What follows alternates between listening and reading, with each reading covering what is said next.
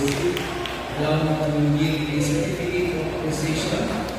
This certificate is given to Mrs. Jasmine A. Kahaya in recognition of your selfless dedication, deep commitment, and exemplary leadership in service towards the Passion Mission School of Lord. You serve as a model worth emulating. Thank you for your wonderful contribution and labors of love. Your efforts will not be left unnoticed. God bless you indeed.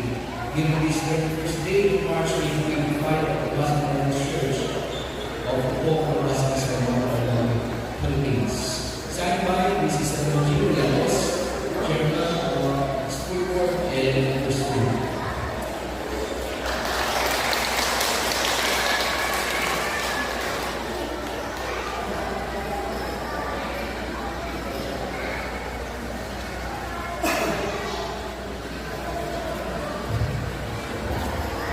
Thank you, Ma'am Jasmine.